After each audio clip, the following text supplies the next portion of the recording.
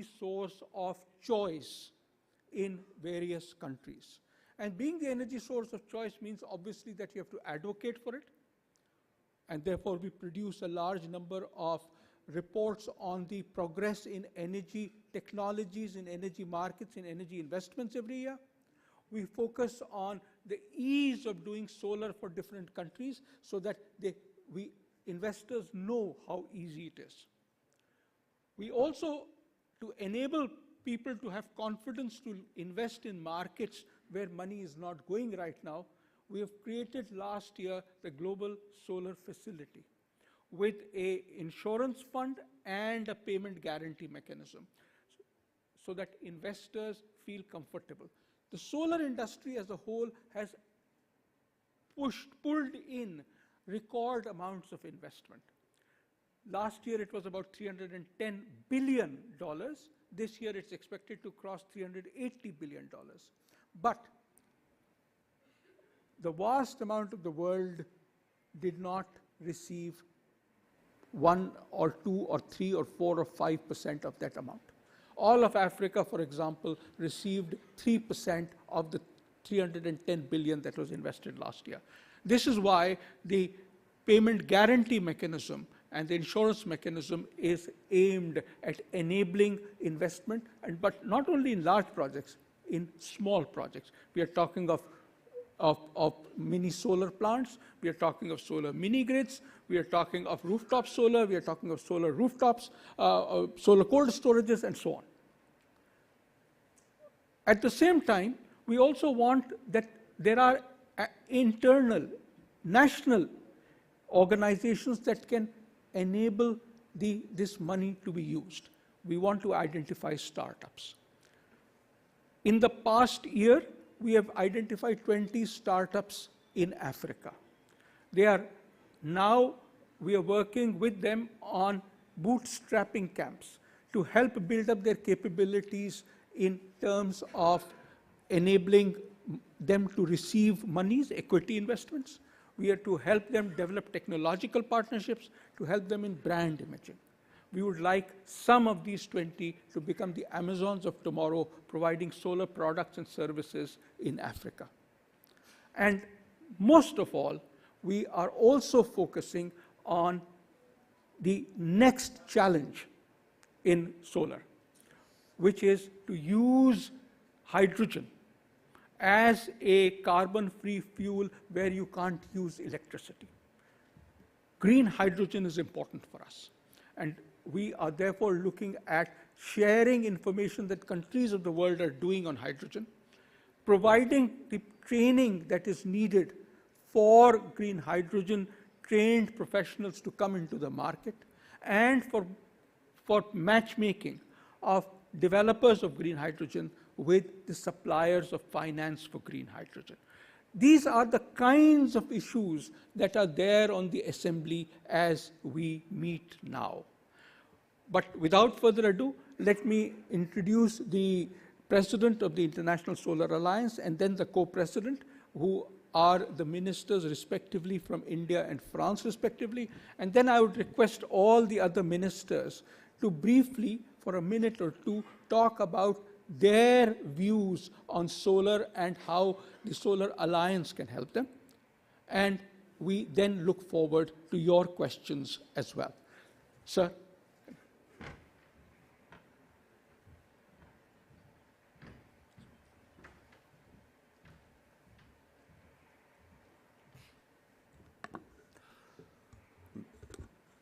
Ministers, Excellencies, friends from the media. The International Solar Alliance has emerged as a force for the good in this world. As the Director General informed you, we in fact already have 120 member countries. And there are also a number of member countries who have signed but who still have to ratify. So they will ratify it and become member countries. We have a large number of partner organizations. Most multilateral development banks are our partner organizations. So this has emerged as a huge, huge organization. And it has started delivering. Today, at the start of the assembly, we dedicated 4 projects which had come up in 4 different countries. Before this, we have completed 7 projects which have been dedicated. We will be completing about 12 projects again by December. So this, the organization has started developing. This organization has a salient sort of, there's a salient requirement, it has a salience. The reason for this salience is this, that there are about 733 million people in this world who do not have access to electricity. Now we in the International Solar Alliance believe that it is our mission to ensure access to these people and ensure access using renewable energy, using solar energy. In renewable energy, solar has the most potential, has the, it is the best because it's available for a longer period of time, both in terms of seasons as well as in terms of number of hours per day. Today itself, where the 4 projects which were inaugurated, one was solarization of Parliament building.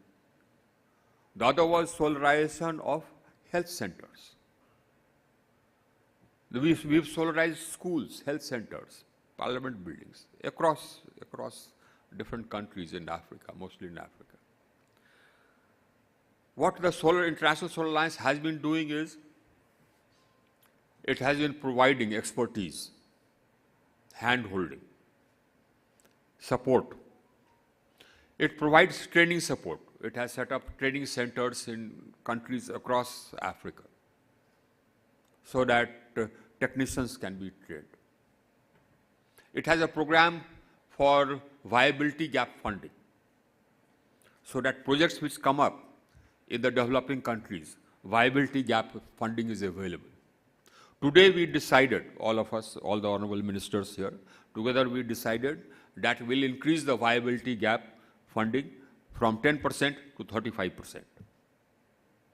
So this will enable more investments to flow into Africa.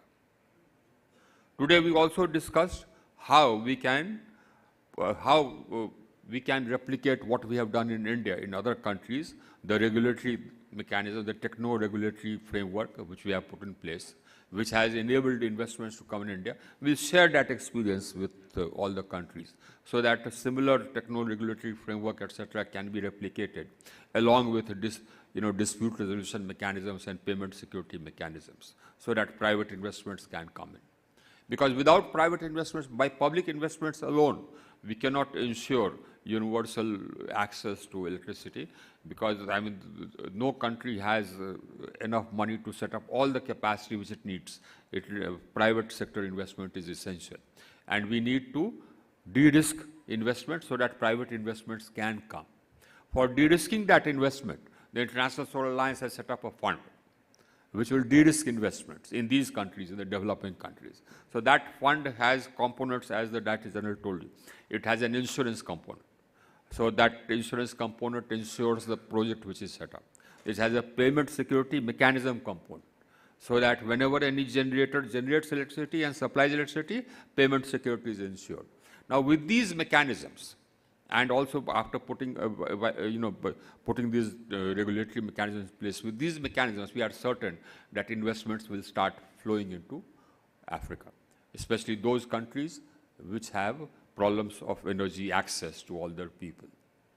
We expect green finance also to become available, and partner with us in the funds which we are setting up.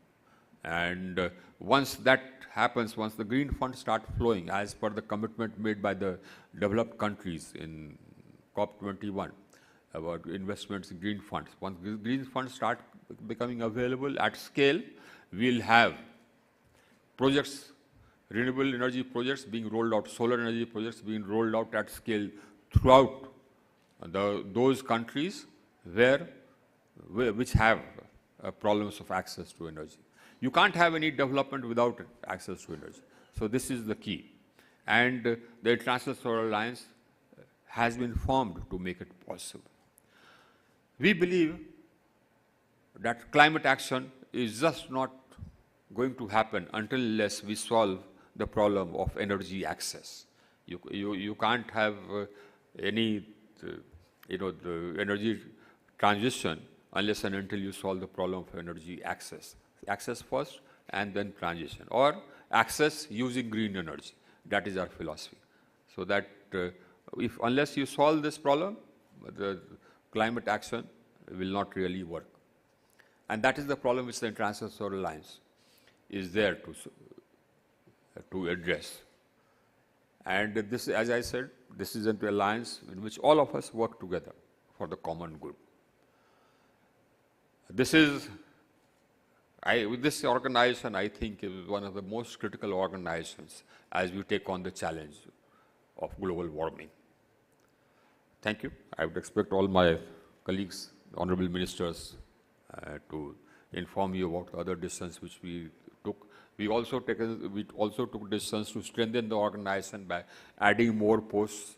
And yes, we also are a totally transparent organization. So all appointments are totally transparent by all member countries, etc. So we decided to strengthen the organization further. We'll have further deliberations in the afternoon.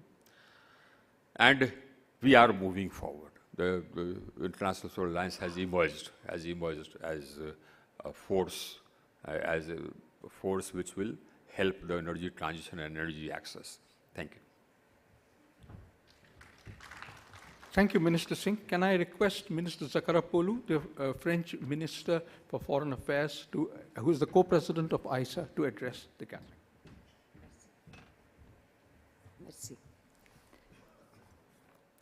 Honorable Minister, Minister Singh, Ministers, I'd like to say that it was an honor to open and co-chair the 6th Assembly of the International Solar Alliance by your side. I want to thank India for taking the lead on the global call for renewables and especially for solar power.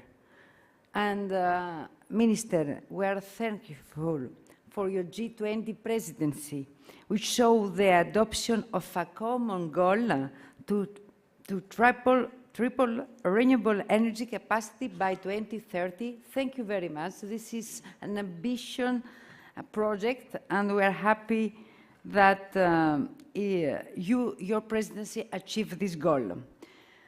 And we are going to push with you this goal together at COP28 in Dubai in a few weeks.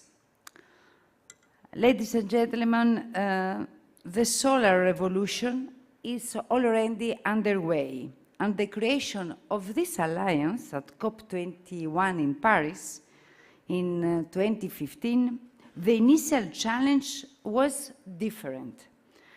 The initial challenge was to lower the cost of solar and to stimulate investment.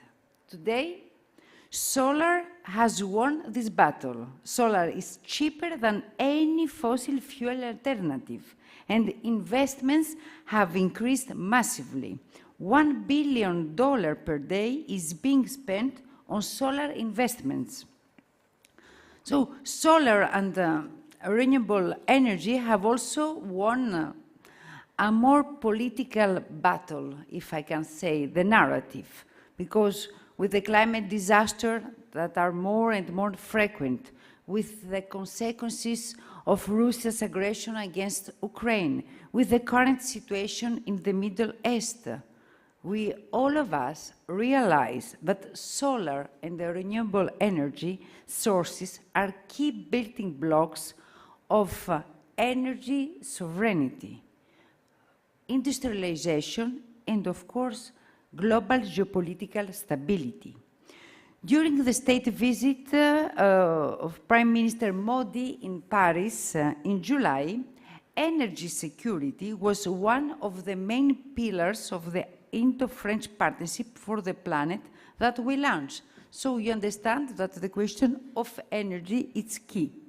So regarding the solar energy, the question now is not anymore if solar will boom, we know this, But the next step is how and to the benefit of whom. And that is when the International Solar Alliance comes into play. As the Minister said, we are 116 member countries. We join forces to make sure that this solar revolution equally benefits all countries and all population. That is what we are trying to focus on as co-leaders of the International Solar Alliance. We focus on two obstacles. The first one is the access to finance for developing countries. We cannot accept that the same solar farm is 2 times cheaper to finance in the United States or in Europe than in Africa, where there is need but also potential. So France wants to incentivize governments and the private sector to invest in renewables and storage solutions. And I can say that my country is very proud to invest in the future of its partners. Since the alliance was launched, the French Development Agency has channeled 1.5 billion euros to solar projects worldwide. In 2022, France's climate finance for its partner countries has reached a record high of 7.6 billion euros. So, and these are not just big figures, ladies and gentlemen. These are life-changing projects. We financed the largest solar plant in Africa, in Morocco. We financed the first ever solar plant in Tanzania. That means that I totally believe that we have responsibility, but also that we are a good partner. Our second priority is strengthening human capacity via technical assistance. The solar revolution needs trained people, needs engineers, technicians, training centers. How many times I visit many countries, and at the end of the story, the money are there, but there's not the absorption capacity because there are not human capacities. So for us, it's very important. That is the purpose of the ISA Star C program that France is proud to finance. So today I call on my fellow minister to expand the financing and scope of this program. So to sum up, ladies and gentlemen, France wants to build a people-centered and planet-centered international financial system.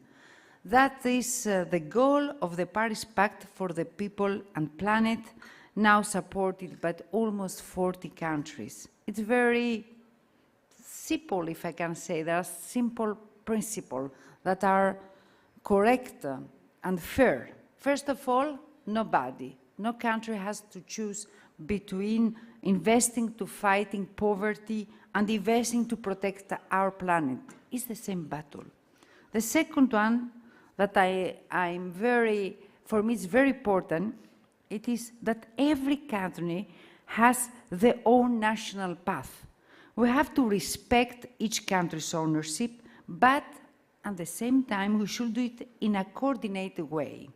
The third is that the public money, yes, we have a lot of public money, but that's not enough if the private sector doesn't help us. So the third principle of the Paris Pact for the People and the Planet is that we need a shock, a public and private financial shock for the huge investment that will be needed to finance this agenda. So I'm convinced that the International Solar Alliance is a key organization to implement the Paris Pact. It's a key organization for the solar energy, and I look forward to keep working with all of you towards this goal. Merci.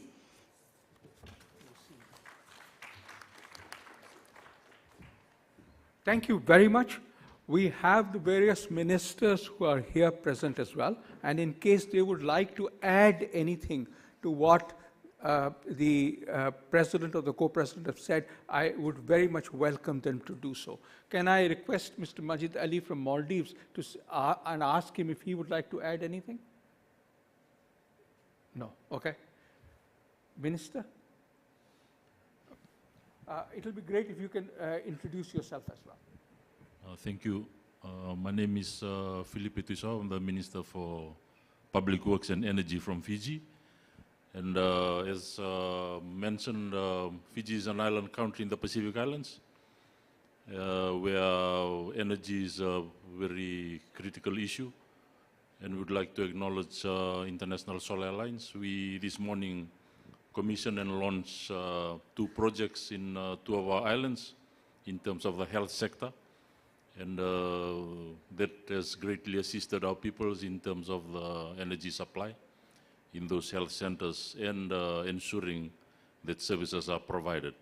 Not only that, but we also working closely with International Solar Alliance on schools, homes, and moving forward on the regulatory aspects, which we are very pleased in terms of our discussions today and the last few days in developing and moving that forward in terms of matching what we already have in terms of regulations and what needs to be done to incorporate renewable energy. Thank you. Thank you.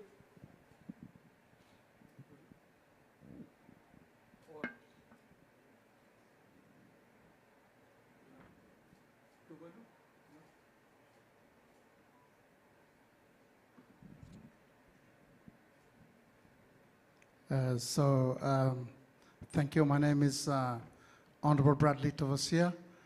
I came all the way from the Solomon Islands. It's in the Pacific region, so close to Fiji.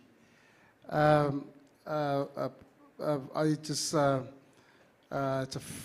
think I've attended this and maybe the first time, so I want to thank the initial idea of the people of India and France for taking this lead.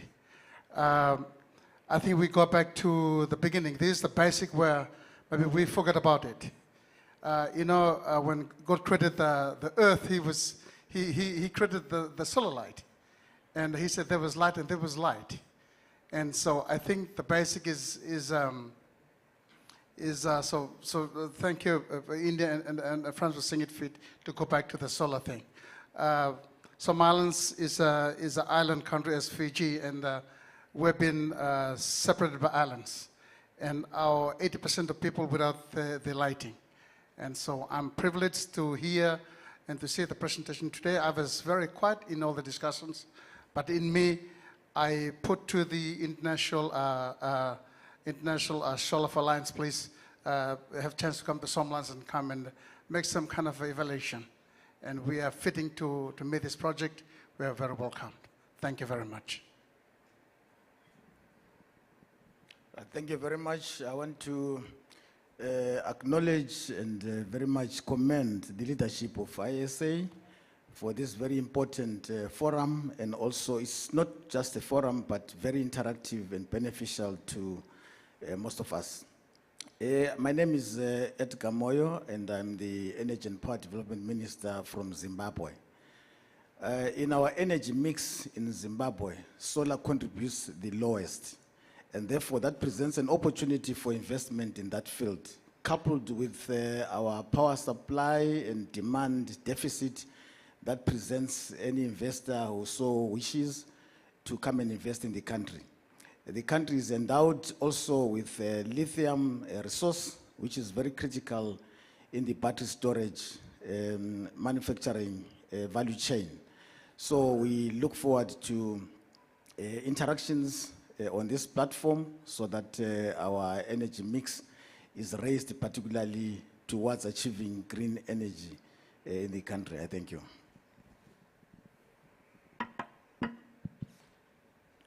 Once again, thank you very much. My name is Ibrahim Matola, Minister of Energy from Malawi.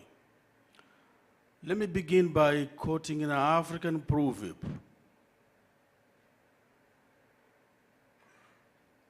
Which says, a journey of 1,000 miles begins with a single step. This is the 6th Solar Alliance Conference, and indeed, we'll be moving forward. Why? Because solar has got no boundaries. When you look at other sources of energy supply chain, there are a lot of disruptions, sanctions, you name it. No matter how powerful that nation is, will never block the other state not to see the sun. So the sun will rise and the sun will set. And this is the only natural resources given by God.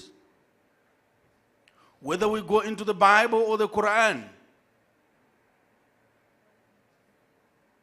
Allah subhanahu wa ta'ala is saying in the Holy Quran, قُلْ أَرَأَيْتُمْ إِنْ جَعَلَ اللَّهُ عَلَيْكُمْ نَهَارَ سَرْمَدًا مَنْ إِلَهٌ غَيْرُ اللَّهِ يَأْتِيكُمْ بِلَيْلٍ تَسْكُنُونَ فِيهِ أَفَلَا تَشْكُرُونَ.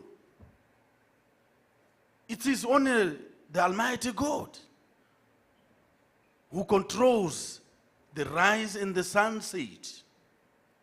So there is no any powerful nation can block the other nation not to see the sun. And most of our countries are having the most radiant and they receive this sunlight, yet we don't utilize it. Indeed, let me echo the president of the Solar Alliance, International Solar Alliance, and the Director General and other speakers who have spoken before me, that energy is the gateway to the economy. And the energy, especially solar, when you look at the health sector, they receive a lot of funding, including the vaccines. But we end up disposing those vaccines because we don't have refrigerators in the rural areas. And the end, we do the campaign in order to vaccinate or to please the donors and have the vaccine campaign. Yet we are deforming our citizens. Education, we are talking about smart agriculture, everything. So energy, solar is a catalyst of everything. Without power, we cannot develop our nations. Time has come, indeed, that we can reach out to the furthest remote areas.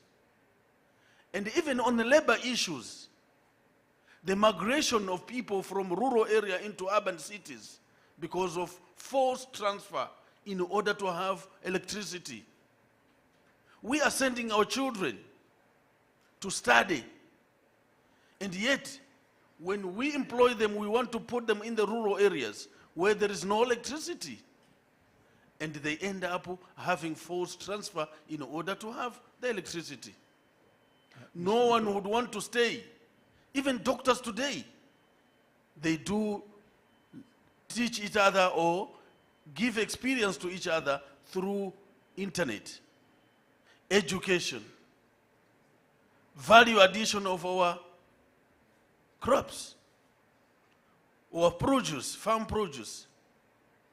Time has come that our forefathers were peasants, and today we would want to do smart agriculture. We need to move with energy. So, in brief, I can just say that time has come that we, as a nations and states, we should invest a lot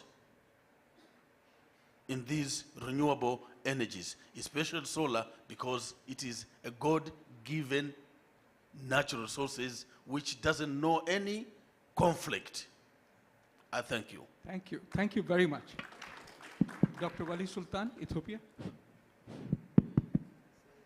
Mr. Chairperson, President of the Assembly, ladies and gentlemen, good afternoon.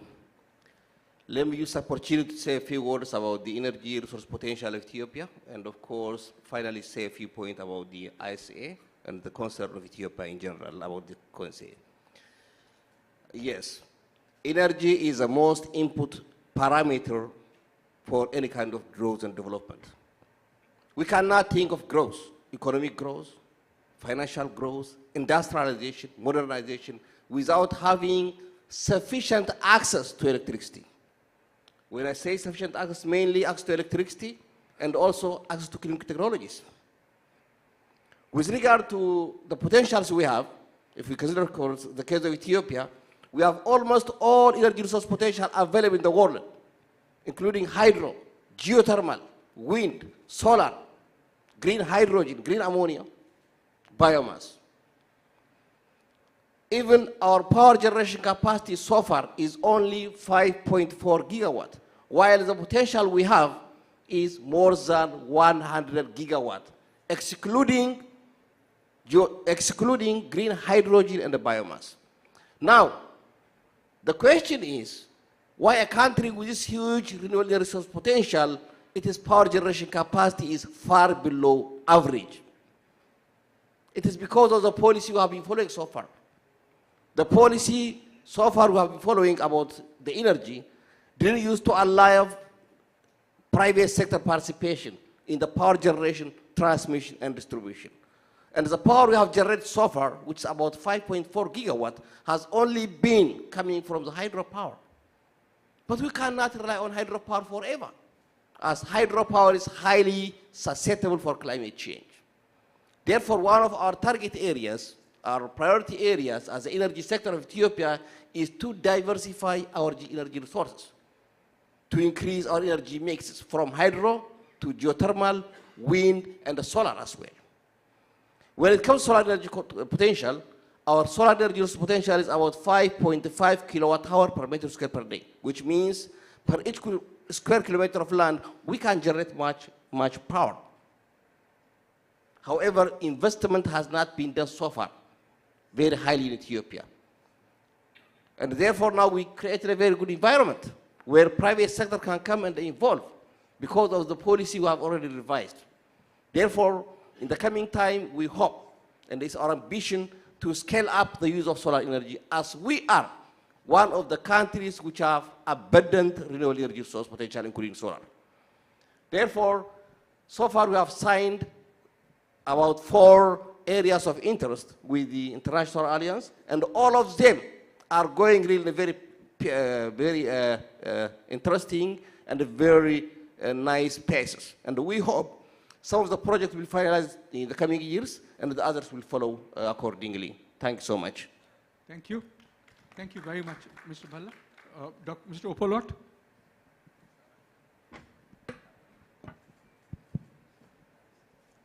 Okaso Opolot is my name, Minister of State for Energy in Uganda government. While solar energy is versatile, it's everywhere in Uganda. There are 2 major challenges that we face. One, increasing access to energy. To be able to do this, there are again 2 major things that we must address. One, technology to harness solar energy that is versatile in our country.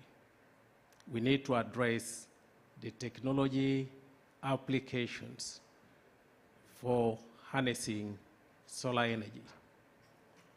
The second aspect is financing. As the President rightly said, we need to address through innovative finances, the development of solar energy in our country to especially reach those hard areas and the poor population of our country. Unless these two are addressed timely, innovative financing and technology transfer, we shall still have a challenge in harnessing the expanse of solar energy that's available in our country. So I would wish to thank International Solar Alliance for inviting Uganda to participate in this, and we shall keep our commitment to the resolutions that have been made in this assembly. I would thank you for listening to me. Thank you. Thank you very much. Okay, Ms. James? Thank you so much, Excellencies and my ministerial colleagues. A pleasant afternoon to everyone. I know many of you will be thinking, oh my God, what is this young lady doing up here? She's so young. And most importantly, she's a young woman. My name is Karine James, and I am the Minister for Climate Resilience, Environment, and Renewable Energy in Grenada. And I would like to start off by saying how privileged I am to be here to represent not only the country as a member country of the ISA, but as a young woman. I believe that our commitments and our input in this whole climate environment, and when we speak about the energy transition and the energy sector, has been underrated for so long. And I am happy to be sitting here to be voices of not only those in my country and in the Caribbean, but for young women and young men too around the world. So I thank ISA for inviting us and for being here. As a small island developing state in the Caribbean, Grenada recognizes the urgency and the need for us to transition to a more sustainable and climate resilient future. And our participation here in this assembly speaks volumes to that. Now, we are a tri-island state in the Eastern Caribbean. We comprised of mainland Grenada and Carriacou and PT Martinique. We have a population of 124,000 and a peak electricity demand of 33 megawatts. So we are very small. For us, we want to prioritize a just energy transition in our country. We want to ensure that when we speak of that transition, we take into consideration the softer side of it. I've been going to so many meetings, attending conferences around the world, and to be quite honest, I've not really heard us. How do we as small island developing states make our mark, express our voices in these forums to ensure that when we accomplish our ambitious targets for the just energy transition, that we do not exacerbate inequalities that already exist in our countries. So for me, I would like to congratulate ISA for the tremendous job that they have been doing all around the world. I believe we have a great opportunity in the Caribbean to look into solar as one of the forms of renewable energy that can make us reach our target at a faster time. We have an ambitious target of making Grenada 100% renewable by 2030. Quite ambitious, but I believe that with the right and perfect energy mix, we can accomplish that. So I am happy to be here. I've already heard things that I know I would take back to my country, and they will be proud of ISA for doing thus far this morning. And I am anticipating what this agenda item today and for the rest of the week would do for us as small island developing states. We currently have a project ongoing in our country, one of our mainland islands, where we have a solar PV project. The total capacity of that project, once successfully implemented, would be 600 kilowatts. We want to expand the capacity of that plant for Carriacou and PT Martinique to make them 100% renewable in its first instance as a pilot project to see if we can replicate that in other constituencies in the country. So we have a great amount of agenda items awaiting us, and I believe that with our collective and collaborative efforts, that we speak what we need to speak here today and for the rest of the week. But when we go back into our respective countries, it is key for us to implement what we commit to here. So thank you so very much, and I look forward to the rest of the dialogue. Thank you. Thank you very much. Okay, thank you. Good afternoon, everyone. It's my first visit to India and also the first time I attend an ISA meeting. I take this opportunity to thank ISA. By the way, I'm Flavien Joubert, the Minister for Agriculture, Climate and Environment in Seychelles. I take this opportunity to thank ISA for their support and the government of India also for recently supporting us in establishing a cold storage solution in Seychelles, a solar cold store, which would support the local farmers in marketing their produce. For Seychelles, solar represents the most promising source of renewable energy, given our geographic conditions, especially the fact that we are on the equator and wind is not always reliable, and we don't have any other significant renewable energy source. So for us, our energy transition would depend a lot on solar, and I think a lot has been done under ISA. We look forward to working with the organization and also partners within this network to actually come up with utility scale projects, but also other projects for the domestic and also the commercial sectors that would help them in cutting down their emission and their energy use. So for us, it is a pleasure. For me, it is a pleasure to be here. And I really appreciate the work that's been done by ISA, and I hope that we continue along those lines with those practical and really meaningful projects that can change things at the local level for all the different countries involved. So thank you once again. Thank you. Mr. Gwedi? Well, thank you all very, very much. Nikhil, would you like to? So we'll take questions for 5 minutes. Whenever you have a question, identify yourself, your organization, and keep your question very short. Wilson?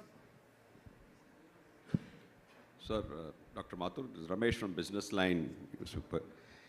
The 6-7 years of your existence, ISA's existence, can you tell us how much of solar capacity has ISA caused to be put up in the member countries? We have caused approximately 1 gigawatt to be put up, and there is 9.5 gigawatts which is under preparation.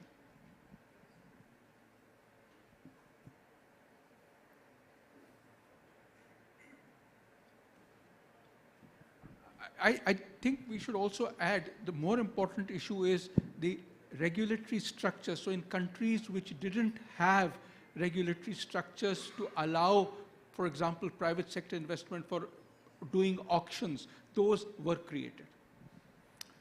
Hi, I'm Jacob from the Hindu newspaper. I'd like to pose this question to either of the presidents or anybody on the dais who would want to comment.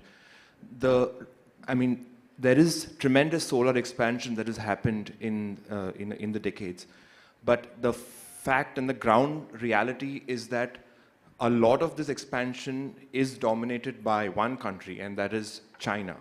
So and it is quite conspicuous by its absence in the membership of the ISA. So I would like to understand, is there any greater form of engagement between the ISA and China to include membership, or does the ISA see itself as a kind of countervailing balance to one country?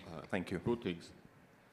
The membership of the International Solar Alliance is open to all countries who are members of the United Nations. It's open to everybody. That is one. The second is, a lot of the manufacturing capacity, in fact, the major manufacturing capacity for solar cells modules from polysilicon upwards, the value chain, about 80% is located in China. That's true. But there are some capacities located outside. Now, this is as far as the manufacturing capacity is concerned. Now, the world has been talking about expanding the supply chains, about diversifying the supply chains. After COVID, the need for diversifying the supply chains became more apparent. And so all the countries around the world are now putting up manufacturing capacities. So we see the supply chains getting diversified. But as far as membership is concerned, we already have 116 members. 4 have also ratified. So make it 120. Everybody is, welcome to join. Hi, this is Jayashree from Hindustan Times. My question is to all of you, whoever wants to respond. There's a lot of talk about tripling. So all the ministers, so you can ask any minister, Yes, both of you, sir. So tripling of renewable energy capacity by 2030. Are we likely to see this goal being adopted at COP28? How can ISA help achieve this goal?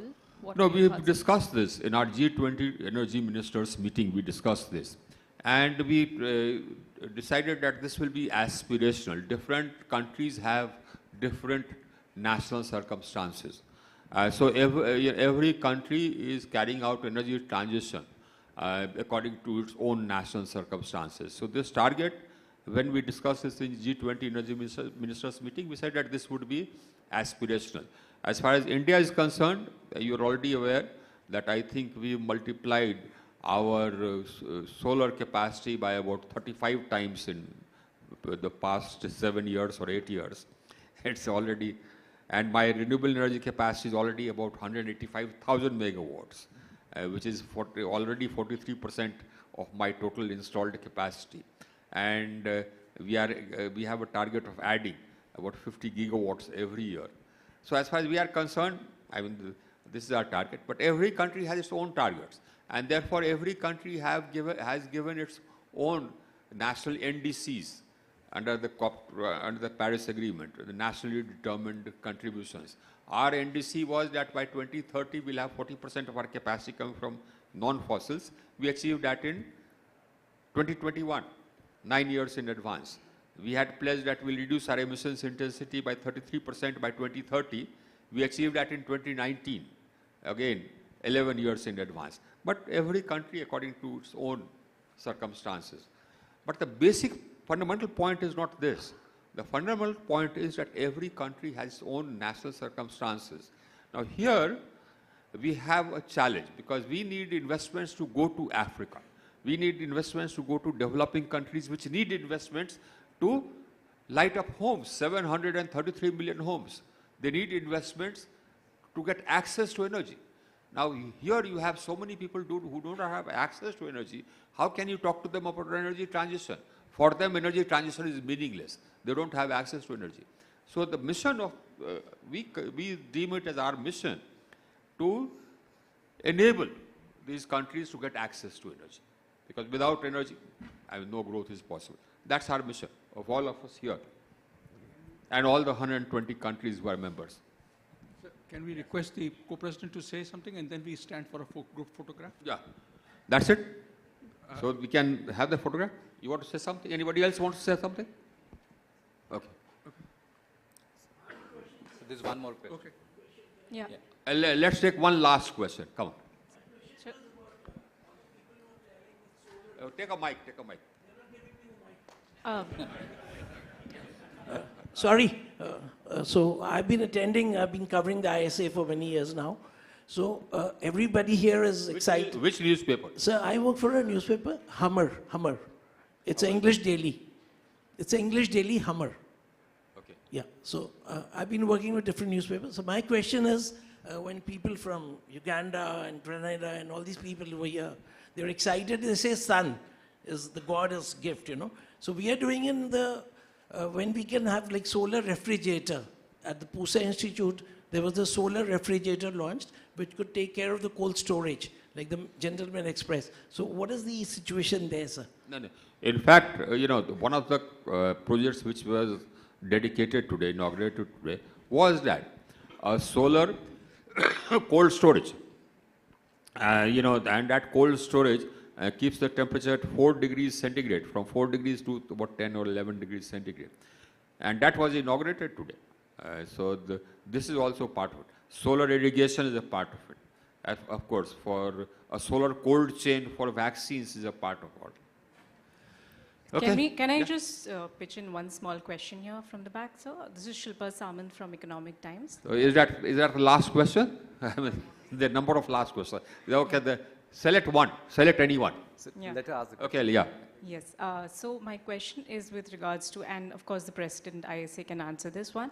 My question is with regards to, when we talk about solar energy, in the future, of course, in these developing countries, we expect round-the-clock energy also to come in. So is ISA looking at technologies, pushing technologies like energy storage in these countries along with solar power? That's an ambition which we nurture, but that will come further. Right now, we are talking about access to energy using solar. We'll add batteries. Batteries will make it more expensive. Already, the International Solar Alliance has decided to increase the VGF from 10% to 35%. As we get more resources, we'll become more ambitious and we'll add batteries as well. Thank you. Right. Thank you. Thank you. Thank you. Request honorable ministers to stand for a group photograph, please.